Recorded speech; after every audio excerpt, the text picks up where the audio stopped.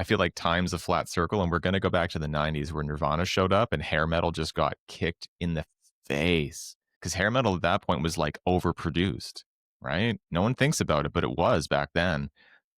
I feel like music is going to completely shift with the presence of AI. People are going to start going back to like more honest, proper recording. Like, don't edit my vocals, don't edit my drums. This is how well we can perform. And it's going to be a do or die of actual musicians. I mean, that's my opinion anyway. I'm sure someone else has said it though. I like that take.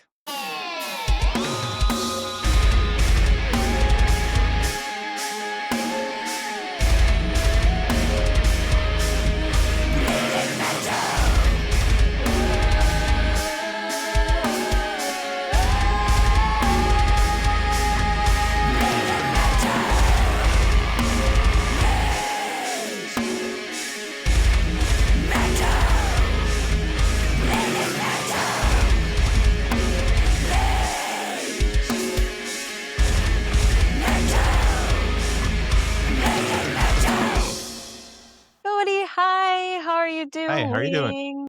I'm doing well. How are you doing? It's I'm been a good minute. too. I know, right? We're also live on Twitch, and as we were saying just now, you've been so busy lately that you haven't even had time to do your own streaming on No. Twitch.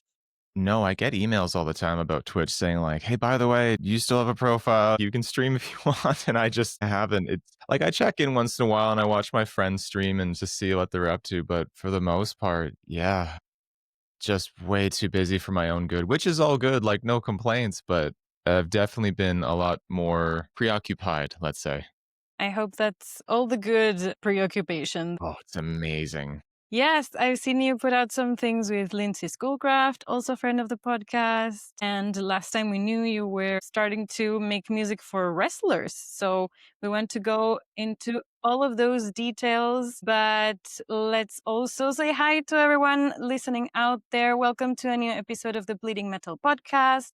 My name is Kiki. I am the host. My pronouns are she, her. And today I'm here with both an artist guest and friend of the pod. Please introduce yourself. Hi, I'm Cody Johnstone. I'm a music producer, musician, engineer, session player, wrestling theme composer, coffee abuser, and just an all around person. Pronouns are he, him for those that are curious, and just doing my best. Wearing all of the hats. That's amazing. Let's just start a little bit far in the past, Cody. How was your upbringing, your childhood? How did you start becoming a musician? Music was an outlet for me growing up. So I'm originally from Toronto, for those who know where that is. Toronto is, I think, still considered the biggest city in Canada, born and raised. And when I moved to Winnipeg, which is where I live now, Winnipeg, Manitoba, central of Canada, it's cold, it's desolate, it's prairies. If you've ever been, you know. I needed an outlet for a creative mind because, you know, when you move to a new city, you don't really have any friends, you don't have a community, any place to kind of call your own. So I was drawn to guitar.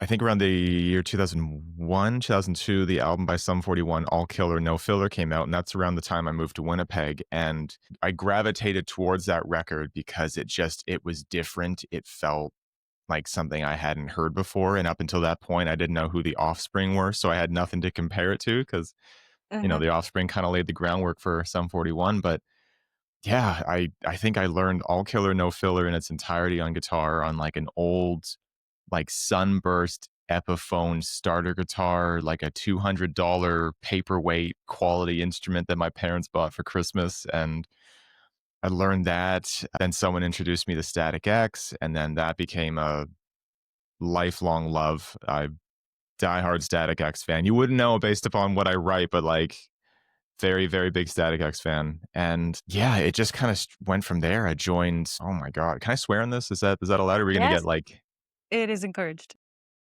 oh, it's encouraged? Okay, I'll be tasteful about it. I think I might have played in about 30 bands over my lifetime, and most of them were pretty shitty, but they kind of have to be. You kind of have to like cut your teeth with bad bands and bad experiences to like figure out, okay, well, this is for me, this isn't for me. I like this, I super don't like that. And all different genres like industrial, folk metal, acoustic, goth, punk, alternative, country for a minute, like just all over the place. And none of the bands really stuck. I did have my own band though for a minute with a roommate back in Toronto. And the joke is, I was way into Nightwish at the time. So all the songs just sounded Nice. like shitty Nightwish B-sides. So like you listen to it and you're like, wow, that riff sounds a lot like Nightwish. Or that drum pattern sounds a lot like Nightwish. So, Uh-huh. but yeah, just started doing all the different band stuff. I think around 25, I kind of gave up on trying to be my own band. So you can imagine like in 10 years time from like 15 to like 25 is just 30 bands. So I think I averaged like, like way too many bands. I started playing for other people. I got my footing playing for a Toronto pop punk duo called Kink. And I started doing like live guitar for them. I thought that was kind of fun. Uh-huh. And then from there, I played in a band also from Toronto called the Anti Queens, and they still tour and they still perform and stuff. And then from Annie Queens, I joined another band that the project never formally got released. It's still kind of in the process of being released, but I did studio stuff for them. So just jumping all over the place from like live to like session to like engineering for other people. That's kind of the summary of the 20s. And then once COVID hit, when I turned 30, everyone needed producers. Everyone wanted to do cover songs. But up until that point, I'd already kind of dug my heels in for about 3 years doing my own production. And suddenly I'm getting emails left and right, be like, hey, can you produce this? Hey, can you mix this? Hey, do you want to jump on this? And I just said yes to everything because I had nothing to do. You know, I got fired. So I had no work. I'm just sitting in my apartment with my girlfriend, just bored. Uh-huh. And yeah, that's where the Twitch thing kind of took off after that, where I'm like, okay, well, I can do Twitch. I can start, making music. And then from there, I didn't look for a new job. I just kind of stuck with production. And here I am doing it 4 years full time, Living the couple dream. albums on the way, couple albums behind me, and tons of stuff. I don't know if that's boring, Twitch. You can tell me. You know what? My socials is Cody Johnstone Official. If you think my story sucks, tell me. I won't correct it because that is what happened. I might adjust the outlay of how it was told, but I'm not changing the stories. Those are the facts. I don't think it's boring at all. Just to imagine all of that. A 15-year-long journey to finally go, I think I want to stay at home and produce. Don't want to tour. Don't want to hang in the van. I mean, I will for Lindsay, but I'm a house cat at this point. Hang with my cats, my now wife, and then just, yeah, That's cats and right. coffee. Congratulations again. Thank you. 3 years this past August, which is, I don't know, growing up, I was perpetually single, like just never dated, always focused on my career. And then I met my girlfriend at 30 and went like, this is the lane. This is where I'm sticking. Nice. And you just mentioned Lindsay, and that Yeah, is actually kind of how we met. I think so. Yeah. Yeah, I was just telling this story last night because I suddenly remembered how it actually went.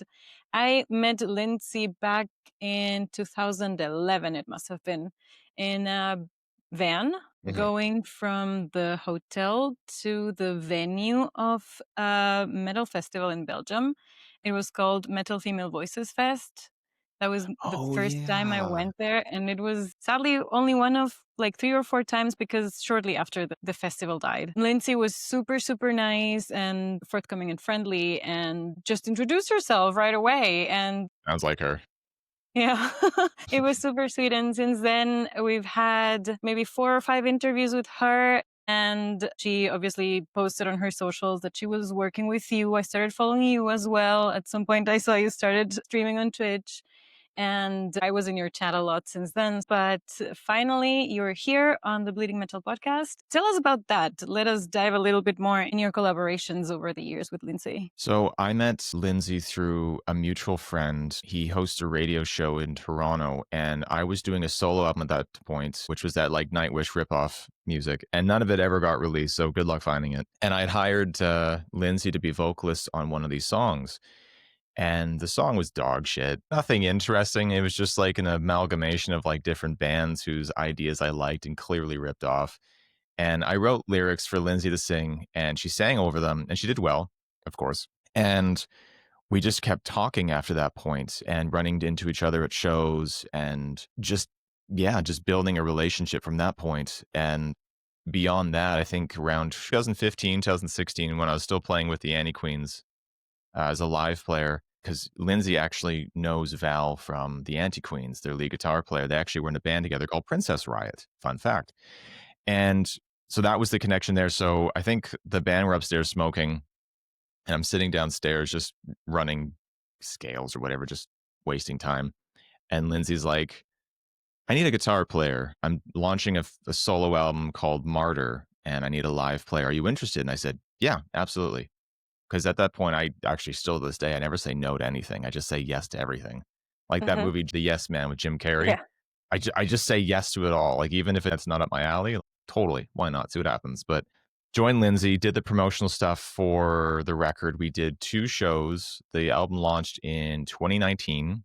As everyone knows, that's when COVID struck. So we did a soft launch of the band. We had our drummer, Scott, at that point, who had done her Marrying the Black Lamb stuff. And then we had our bassist, Bree. I love Bree. And it was a 4-piece band. We did a show in Toronto, show in Montreal. And we're like, great, the record's going well. It's nominated for a Juno. What could go wrong? COVID.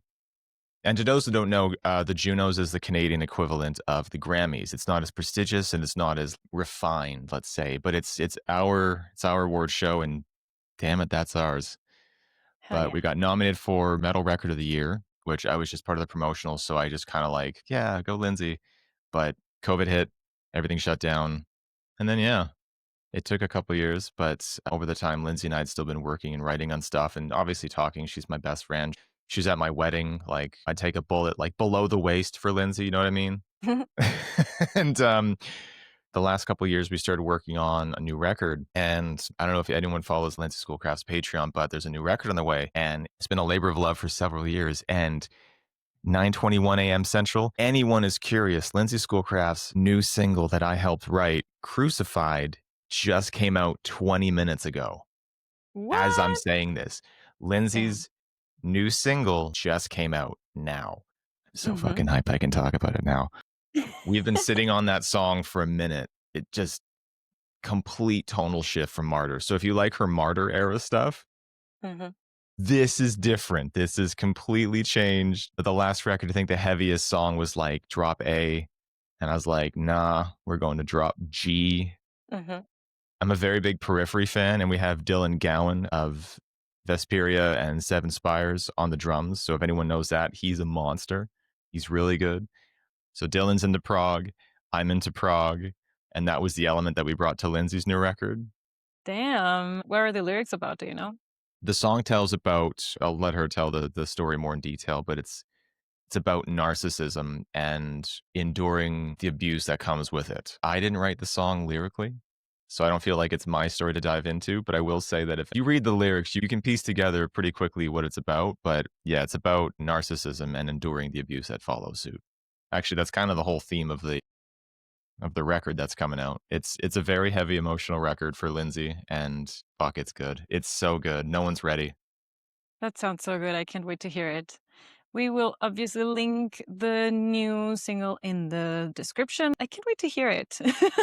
20 minutes ago, I can't believe it. Kiki, I've been sitting on this song for so long, and I've like wanted so badly to show people. Just it's like a literal weight off my shoulders. I get to finally be like, look, we did, like a proud Yeah. parent, like holding their picture up, like, look at my kid, look at it. We did this. Shit's awesome. You don't even know. But I also can't wait for the trolls to tell me it sucks, and then I should go back to my parents' basement or whatever insults come thrown my way. Bring it, you fucking haters. I can take it. Does that happen a lot? Do you get a lot of constructive or not? No, not a lot. Like I've done stuff with Lauren Babick, Viola Orlandi and stuff. And when I first started working with them, I wasn't used to having that much exposure to like a wide audience because some of them have like millions of followers on YouTube and Instagram and stuff. And it just like was a foreign concept to me that suddenly a population bigger than the city I live in is suddenly like all eyes on me. So it caught me off guard. And Mhm. I'd like go through the comments, and compliments don't really do things for me. I like compliments, but like there's imposter syndrome. So I'm like, Mm. but if I see all the negative comments, I'm like honed in on it, but I don't get affected by it negatively. I troll them back. So if someone says like, Mhm. "Oh, this song is stupid, you suck," and I'm like, "Oh my gosh, you have no idea how much I needed to hear that today. Thank you. I was having such a bad day up until I read your comment about how shitty my playing was. Thank you. I'm going to frame this." And they have nothing to say. So if you counter troll the trolls with peace and love, fucks their whole game up. It's Yeah, amazing. yeah, yeah. I love the artists and also content creators that just realize the algorithm is playing in my favor anyway. So all of the negative feedback, bring it because it helps my reach. So that is fine. Isn't that weird that, like, embracing negative commentary actually helps your reach? Isn't that strange where it's like Yeah. negativity is rewarded? Yeah, yeah, yeah. We live in a very weird world where we play by those kinds of rules sometimes. I don't get it. I wanna pretend Yeah. I understand, but at the same time, if you go to my social media page, you'll see barely anything. Shit posts on my stories, but, like, actual reels? No. Yeah. No, I just make music and hang with my cats and wife. That's all I got these days. That's the best of the world anyway, music and cats. Yeah, cats, coffee, wife, music. I got a garden out back. I make, grow tomatoes. What else do I Oh, need? that's beautiful. That's really beautiful. I want to do that at some point. It's supposedly super good for mental health. Besides, socializing, sleeping well, exercising, being in nature, and especially gardening is supposed Mhm. to be really good for your brain. So, 100% it is, yeah. I turned half my backyard. I feel like I'm doxing myself. Like people are going like, "Where the fuck does he live? You'll never find me." And even if you do, don't show up. I turned half my backyard into a produce garden, and it's a 20 by amazing. 20, and it's just like beans and carrots and beets and tomatoes and cucumbers and sage and just different herbs. We do pumpkins every other year. And it's honestly such a great sense of purpose because you go outside and I'll go out with like a podcast, my coffee in one hand, and I'll just like tend to the garden. I'll pick Hmm. weeds, I'll like organize stuff, I'll pick produce that's like ready to go. Like we make our Hmm. own tomato sauce, salsa, and like pickles and pickled beets, etc. It's honestly, if anyone hasn't tried gardening and they're considering it, even if you have, like, a balcony, you can still make it work. Just make Yes. sure you have, like, quick draining soil because otherwise you're gonna get root rot and then it'll die. All right. Gun to your head, if you had to choose between watching a plant grow and eat the produce that you have grown very proudly or presenting a new song to the world that you have also grown yourself very proudly. I picked the bear. Okay. Can I say the bear? Can I pick the bear? Is that okay? Am I allowed? I know I'm a white man, but, like, can I also pick the bear? No, gun to my head. Honestly, both sound great. I bore my wife with all my songs. I'm like, "Look at this. Look what I did." And she's like, I can hear it upstairs. I know Yeah. what it sounds like. So both. I take both and the bear, all 3. All right. What does your home studio look like right now? Is it in your basement? Is it It's in my basement. It's a bit more modest. It's nothing like super high tech or fancy, but it works. It's gotten me this far. Like you don't really need crazy big studios to do work these days. Like technology is so far advanced that really anyone can do it. But like at the same time, that's kind of the catch is that anyone can do it. So then you're like, are you talented or you just have like auto tune? Like, what do you got going on? right? But yeah, it's a modest studio, serves me well. Yeah, I feel like there's a discourse about the democratization of technology and of creation. iPhones helped us with video creation a lot, and there are a lot of plugins that can emulate a recording studio, absolutely. But I feel like this discourse of you can make it at home. Oh, you're a musician, but don't play any instrument. There's artificial intelligence now. That's a different kind of worms. But at the same time, It's an evil can of worms. I hate AI. there's a huge time investment that you have to make to actually use this technology to sound or to look, as well as the people who still use the huge teams to record a music video, for example, or to make a movie actually. And for sure there are award-winning short films that have been made with smartphones, but the people who made those had to learn to do that, and that is a lot of effort and of skill and just honing those crafts. So I Mhm. don't feel at all like technology has made everything super easy and affordable and accessible for everyone. I feel like a snob, but I remember when I was in university studying musicology, and people were like, classic music is serious music and pop music is, whatever. And now I feel like, well, there's also a difference between art and entertainment, maybe, or I don't know, but there has to be a difference somewhere.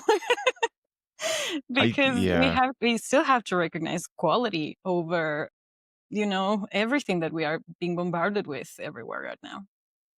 It's tough because, yeah, social media is probably the biggest double-edged sword that, like, I can think of off the top of my head. I'm sure there's a bigger one, but it's allowed access. Like, we're in different parts of the world, and we talk, and we're having a conversation right now. That's amazing. That's incredible technology. The fact that we can do that. I can work at home and have recording quality out of my studio that is considered modern. That's Mhm. incredible. But at the same time, there's so much of it. I forget what the story is. You know, like the story where like the person has to push the boulder up the hill, but the boulder keeps coming back down. You have to keep pushing that boulder back up the hill. You know that Mhm. story? It's Yeah. like that with social media, where like you have to be constantly pushing the boulder up the hill. More singles, more videos, more this, socialize, post reels, do a silly dance. Oh, is someone in hospice care? Do a dance in front of their bed. It's just this insane rhetoric of like constant, constant, constant. And if everyone's doing that, we're all still at the same level.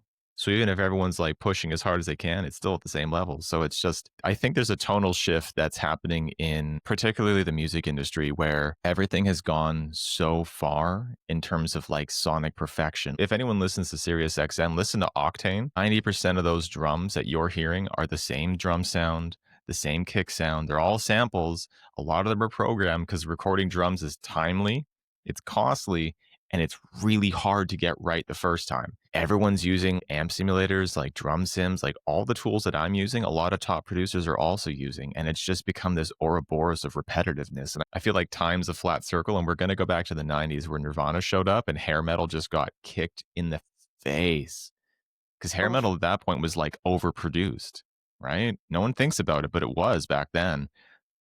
I feel like music is going to completely shift with the presence of AI. People are going to start going back to like more honest, proper recording. Like, don't edit my vocals, don't edit my drums. This is how well we can perform. And it's going to be a do or die of actual musicians. I mean, that's my opinion anyway. I'm sure someone else has said it though. I absolutely like that take. You also mentioned just now your other cooperations with Lauren Babbitt and VK Lin. How did you get in touch with them? Lauren and I go back a while, actually. I've known her since 2014, 2015, when I was playing in that pop punk band. I met her at a show where we play, it's a now defunct place called Coalition. It was a venue in Toronto. What area was that? Kensington Market. So you can see like where the venue looked like, and it was Red Handed Denial and Kink with like a co-headlining, but it was like an 8 band bill, and we didn't play till like 2 in the morning. It was rough, but that's how I've known Wait, did Lauren. you And say then 8 bands? 8 bands on What? one yeah, dude, That's not a 8 bands, concert, that's a festival. and like this small little dingy venue. So by the time like Yeah. Red Handed went on, there's 5 people in the audience, and Yeah. it was us, like the band, just watching like. Yeah. And like I'm good friends with Chris and Tyson as well, and I always text them like, "Remember that like fucking hell gig we played?" And they're like, "We've all done those shows." But yeah, I met Lauren that way, and when COVID hit, she reached out and she's like, "Do you want to do a cover together?" And we did "Home" by 3 Days Grace, which I produced and mixed, which sounds terrible to what I can do now. I will punch down at my own work. We did "Home," and then we did Thriller by Michael Jackson, which was mixed by Lee Albright, her producer, who just fucking crushed it. And then a couple Linkin Park covers here and there. And yeah, once in a while I get the call from Lauren, be like, want to do another one? I'm like, yep. And oh, VK. Oh my God. Yeah, I love VK. Lindsay, same as us, Lindsay. I tell Lindsay all the time that I owe her my career because of like how much she's gone to bat for me. Mhm. VK approached me and she wanted to do an album. The album concept was every month was a single with a music video being released. And it Mhm. was a lot of work for her and I. So she would send me a song and then I would work on it at my end, send it back to her. She'd be like, cool, I like that, don't like that, change this, add more this, blah, blah, blah. And every song every month was a different style of music, like different genre. I would use completely different instruments every time. So like, different feeling, but also a different mix. So every song to song to song is like a completely different sound. And the album was called The Spider Queen. And that came out, I actually have it framed on my wall. I'm very proud of that album. Mhm. But yeah, she introduced us. We worked together for a year. Actually, we're still working on our new band now, Sapient Scar. The funny thing is, I've never met VK in person, but we've been to NAM at the same time. And she has like bright pink hair. So Yeah. like you can see Yeah, her that's fair. like across a football field. You're like, yeah, there's VK. Never formally met her, but I've done a whole record with her, and I'm working on a second one with her right now, and still never. But we have so many Wow. friends in common, so it's very odd. Yeah, we had Yeah. VK on the podcast about exactly a year ago, and she was telling us about the single per month and all of that album. It's really nice to hear the story from the other side. We're talking about how you met people and how you have done collaborations. Tell us about the Yeah. wrestling stuff. I'm dying to know about the wrestling stuff. Oh man, I'm a closeted wrestling fan. Uh My huh. wife jokingly makes fun of me about it, but like she's been to wrestling shows with me, so she gets the excitement. Like wrestling's a in-person thing, but I've been a fan since like 2000. The Hardy Boys were always my favorite team. I love the Hardy Those were Boys. like the high times of wrestling, right? That's when it Yeah, like exploded. culturally, yeah. Wrestling was huge during the 80s with like the Hulkamania run, like Macho Man, Randy Savage, etc. But late 90s, early 2000s, like 98 to like 2001 was like the hottest wrestling was ever between like WCW and WWF, now WWE at the time, or at now. F back then, E now. Anyway, Hmm. but growing up, I was always a fan, and I have a few friends that wrestle professionally, like on the independent scene, like that's their job. And my friend who I've known forever was like, "I need a theme. Do you want to do it?" I at that point I hadn't considered it, and this is years ago. I was like, "Yeah, totally. Like, what do you want?" And her ring name is Kat Von Hees, if you want to look her up. Um, I did her entrance theme, and I kind of got the taste for it. It was really fun. And then I got to see her wrestle live, and the theme plays over the speakers. And I was like, Wow. this is fucking crazy. But through her, I got to meet various different wrestlers. And I haven't done that many themes. I think I've done about 4 or 5, but once in a while, I'll get a message and I'd be like, hey, do you want to, do a theme? And I did another one, Cody Garcia, son of Irish. Mars the Specialist was another one. Scotty Ace was another one I did as well. And then I did a guitar lead on Zicky Dice. So I've done, 5. And I think the coolest experience of the themes was Mars the Specialist because he was like, I want it to sound like Disturbed. And I went, Hmm. say less. I got you. I got you. And I did a theme with him, and it features Johnny on vocals. Johnny from Carcosa. I'm not even going to try to pronounce his last name because I'm going to butcher it, but Johnny from Carcosa did vocals on it, and he's phenomenal. Hire Uh-huh. him for everything. He's such a fucking good vocalist. Metal vocals, clean vocals, like he can do everything. He can play guitar, he can shit post with the rest of them. He's the best. And Mars did a wrestling performance in an arena, like a hockey arena.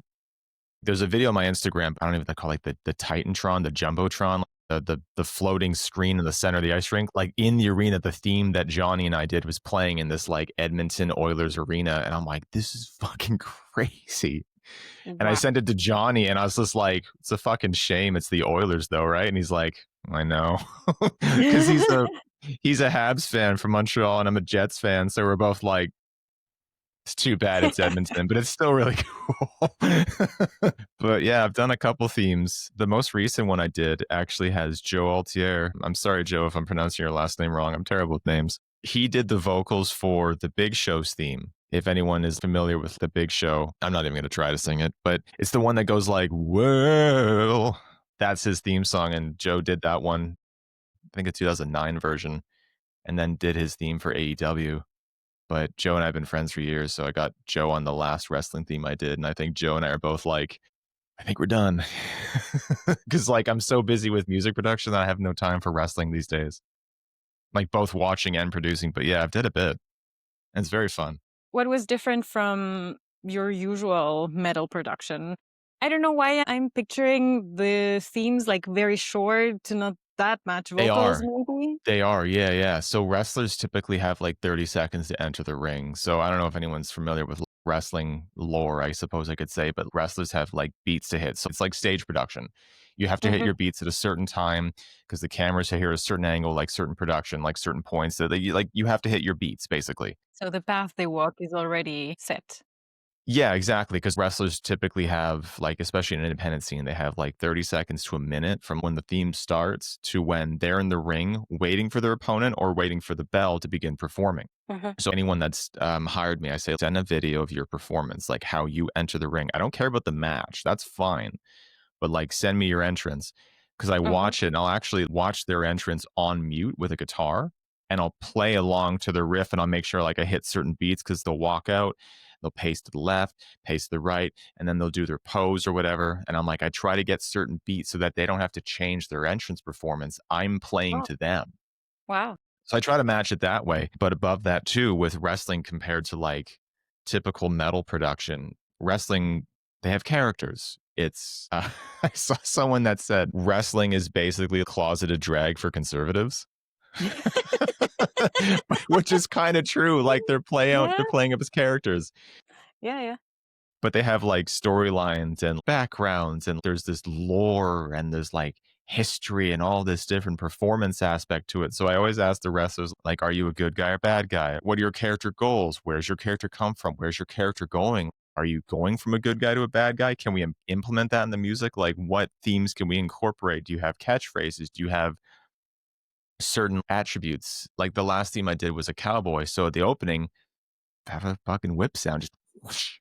Like, why not? Like, what, like, you know what I mean? Like, it's just like theater nerds pretend fighting. It's the fucking best. So it's different because it's like buying a suit. You could buy any suit off the rack, like any wrestler can get any song, but Mhm. it's a general song. But if you get it tailor made to them, it only fits them so that only they can use it.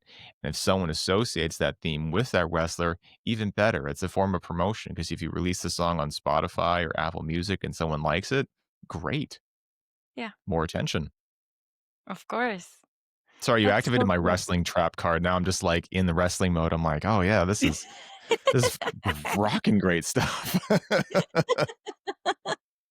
It sounds like great fun for sure. I was never really into wrestling, but I remember what you were saying at those boom years over 20 years ago. It was everywhere and you just couldn't escape it. And it was very attention grabbing. Like, okay, is this real violence? Are kids Well, allowed to watch that? the Or was like athleticism is real, yeah. Like, there's definitely, like, injuries and stuff, like, it's very physical. I tried doing Olympic wrestling for a minute, and, like, that's fucking tough. Just got dog walked. Just doing that for, like, a few months, I'm like, "Yeah, wrestling's as real as it possibly can be." It's predetermined, but, like, the moves are painful. Yeah, wrestling's great, and by the way, if anyone's watching this and you think wrestling's stupid, you're wrong. But if you happen to like wrestling, but you think drag is weird and you don't like theater, you're a hypocrite. Just letting you know. It's theatrical drag with fake fighting. It's the fucking best. It covers all bases. It has everything. It's a charcuterie board for like interest. There's someone for everyone. It's perfect. A lot of fantasy as well. It reminded Dude, me of so much. power metal, all of the storytelling that you were talking about doing. It is, yeah. And to bring it back to music a little more, you were talking about meeting their marks. And I think nowadays there's a lot of songwriting that also follows specific parameters, especially Mhm. from the social media world, right? So the statistics say that songs are getting shorter and intros are less and less because if you're going to include a song in a social media post, it has to be interesting right away. And there's no time to lose people's attention. Have you encountered in your productions bands that are making space or applying that type of songwriting? Or are you doing that yourself? Kind of both, actually. So I've worked with an artist that the goal was to write commercially viable music. So it's like no wasted time. Your motif takes like 5, 10 seconds. The motif is your central theme, what the song is based around, or like a riff or whatever. Like Crazy Trains, na na na na na na. That's a motif. That's what the song's based on. There's an expression I learned in college for production called "Don't bore us, get to the chorus," meaning get to your hook, get to your chorus, hit your beat. And it's true. There are advantages to making it more commercially viable. So I mean, if you want to write music for the sake of writing music, typically people don't care. But if you want to write it for the sake of, you want to get Going views in viral? mind, yeah, if you want to go viral. But also, side note, if anyone thinks they know what's going to go viral, you're a liar and you're selling misinformation. The internet is genuinely like the Wild West of who knows what's going to catch fire next. But I've had singers and songwriters who are like, I want it to be like 3 minutes is the hot spot. Your hook has to be catchy and memorable. It has to elicit a certain feeling about it. And there's a term with like sync licensing, which is licensing your songs for film and television. So like you write commercial music that film studios and TV studios would want to pick up and put it into their media, and you get paid that way. It's very good money. But there's an expression with that I learned through VK actually: general, but not generic. And that's a lot of commercially friendly rock and radio. It's music that's general, but not generic. And a really good example is Linkin Park. During their Minutes to Midnight album with the whole Transformers stuff, like What I've Done, the lyrics are not really specific, but they're not boring and milquetoast. It's this perfect happy medium of it can absolutely be put into a movie, but it's still its own thing that like fans go, yeah, I like this song. But if you listen to Meteora and oh my God, I forgot the album before. I'm such a Hybrid Theory, terrible fan. The songs are a bit less approachable. Like you couldn't put Apricot in Transformers. It'd be jarring. Right. It would catch people off guard. But yeah, commercial stuff is different. It's so weird because I want to say commercial music's harder than like actual art. Because Lindsay's next record, we're like, fuck it. We're going to do whatever we want. We're going to write songs for the sake of songs. And if people like it, cool. If people don't, go find what else. Go find whatever you want. It's out there. Go look for it. We don't care. Is that a satisfying answer? Yeah, people will do what they want to do in the end, right? But it's an interesting observation. Going back to your kind of prophecy before about listeners will want to kind of go back to a little more raw composition, that might have to do with that as well. You know, maybe the next viral artist is one that's going to have a 7-minute long intro and and go against the grain that social media has created so far. A 7-minute long intro. Oh my God. Challenge accepted, Miss Cody. Somewhere out there, Michael from Opeth's like, I have another one. I got one more in me. I got one more in me. You also mentioned podcasts while you were gardening. What are you listening to right now? It's so lame. Please don't judge me. It's a wrestling podcast. When I'm not working, a lot of people listen to podcasts. My wife in particular will listen to like podcasts about like behavioral issues and like learning how to be a better person. And meanwhile, I'm listening to a podcast called Deadlock Pro Wrestling. It's just like brain rot for the soul. It's just like my brain is always on. I'm always listening to beats. I can't listen to music as a listener most days. I'm always like, the snare is too low. I'm too observant. So whenever I'm not working, I'm listening to like brain rot podcasts. I'm gardening, I'm baking bread, I'm making soup or stews or bagels and stuff, and just anything to shut my brain off. But yeah, podcasts is like wrestling podcasts. I listen to an anime podcast too. I forget the name of it, but it's two guys that just like review anime, and it's the funniest shit I've ever heard. It's so mean spirited, but it's so funny. Mm-hmm. Just brain rot, Kiki. It's nothing. There's no intelligence to this. There's no depth to me. It's just like I'm not analyzing that. like That's okay. Cats, coffee, shit posts, gardening. Like that's really it.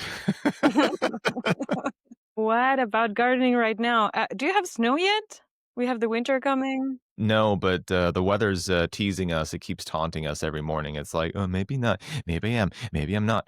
So there's a lot of frost on our grass, but I don't know. I'm kind of holding out for like mid-November, but I look at the weather app and it's like this Thursday we're gonna be cold. So any second, it's what's the term with like it's in labor, like winter's in labor. It's any minute it's ready to deliver, and we're just kind of like so. Bracing for it. I don't mind the winter. It's kind of nice. I just relocated to Helsinki. I'm also very excited to see it snow, but ask me how I like Helsinki in January when it comes. I'll be sure to reach out and be like, is it all that you've imagined? Do you understand Finnish power metal now? Yeah, that's what I'm striving for. Talking about music and you not enjoying so much music, you were saying before that you can recognize I enjoy the music. sample. I enjoy music. I'm just too critical. I'm way too observant of things. That's not a bad thing.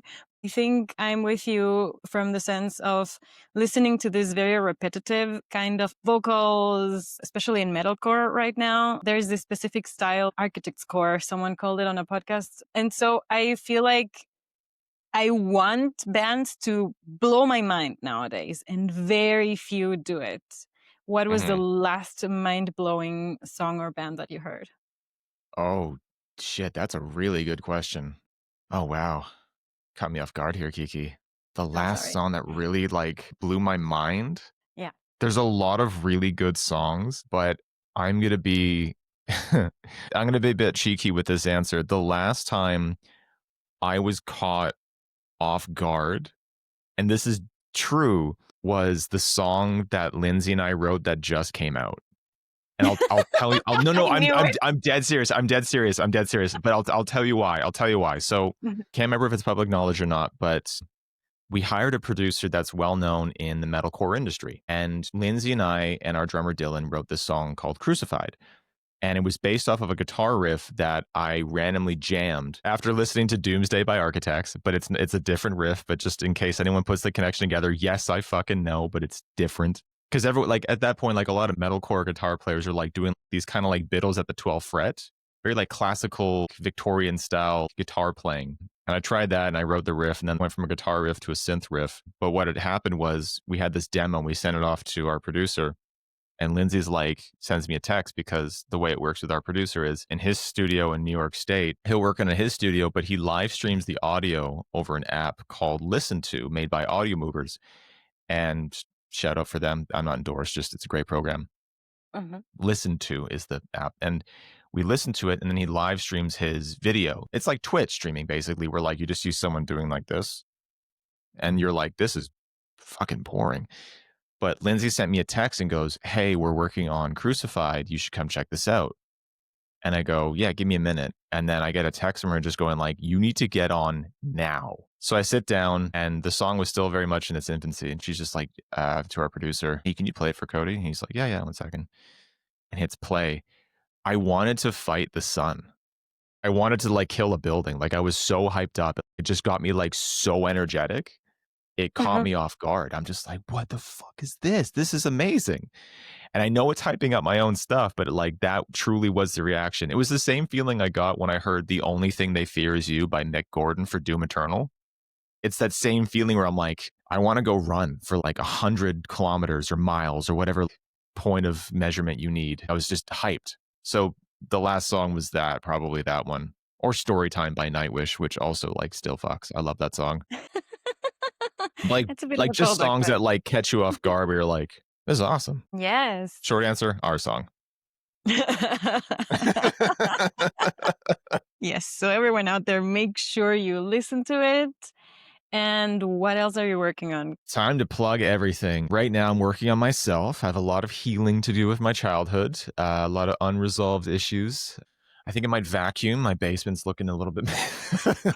Kidding. Actually, Lindsay's coming out to my studio, my neck of the woods, soon to do some writing for the next iteration of our artistic journey. I'm working with a artist from Montreal. Her name is Zenab Haber, Zenab space Jaber. Working with her on a new record. Very, very excited about that. She's a killer artist. Actually, this is her other band too, called Lynx.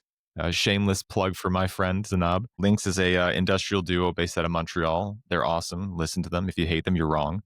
VK's band as well, Sapient Scar, working with her as well on her band. Actually, a couple of members of the band are ex Edge of Paradise as well, which is kind of neat. Yeah. Yeah. So symphonic metal always goes back to symphonic metal. Yes. But yeah, just those three bands. Might make a nice salsa soon. I've got a lot of Mhm. frozen tomatoes from the garden in my freezer down here. Do tomatoes freeze well? Not if you want their structural integrity to remain intact. No, if you freeze them the second they thaw, they just like turn into like that, I don't know, Soup. like a jellyfish you find on the beach. They look fucked up, but for salsa, it's killer. Nice. Are you playing live anytime soon? And we'll see how the record launches. In all sincerity, when Lindsay's stuff drops, if there's a need, a demand, a call, if you will, then that's the goal. I'd like to play live and tour. I know our drummer Dylan is just like frothing at the mouth to play live more with his. I mean, he's playing with his band Seven Spires right now. They're in Europe, Yes. playing for or opening for Ad Infinitum. Is that how you pronounce their name? Yeah, yeah. So they're on tour with them right now. So if you're in the UK, go check them out. Yeah, I mean, I'm mostly a homebody these days, but if Lindsay's like, "I need you for a month," I go, "Okay." Let's And then go. I'll fly out. I'd love to play live. I enjoy playing live, but yeah, I'm so caught up in like production and being a doting husband and a cat dad. Yes. You're gonna have to book me like a year in advance. Can bands book you as a session musician, producer? What are all your Oh, services? absolutely. Yeah, yeah, yeah. Can you tell I'm terrible at doing this? I can't plug myself to save my soul. Instagram is Cody Johnstone, CodyJohnstone official, because the actual Cody Johnstone won't give me his Instagram handle. Cody Johnstone official on Instagram. You can find me on Facebook. My email is j.cody.johnstone@hotmail.com. I'm available for production, session work, session writing, mixing, engineering, producing, birthday parties, corporate events, wrestling themes. I could share a really bitchin' salsa recipe if you want. I'm available for all of it. Whatever you need, I'm here. Perfect. Thank you so much, Cody. This has been awesome. Really wonderful to get to know you a little better and also to Likewise. hear all of the cool stuff you're working on. I appreciate you listening to my word waterfall. You can tell I don't go out much because when someone talks to me, like, "How are you?" and I go, "Here's a short story." How much time do you have? I love that. I love that. That's the kind of conversations that we like. But we will let you go back to your day and hope to see you soon. To everyone out there listening to the podcast or watching us on YouTube, subscribe to our YouTube channel and tell your friends. Bring them also to any audio podcast platform. We will see you next time. Bye bye. Bye.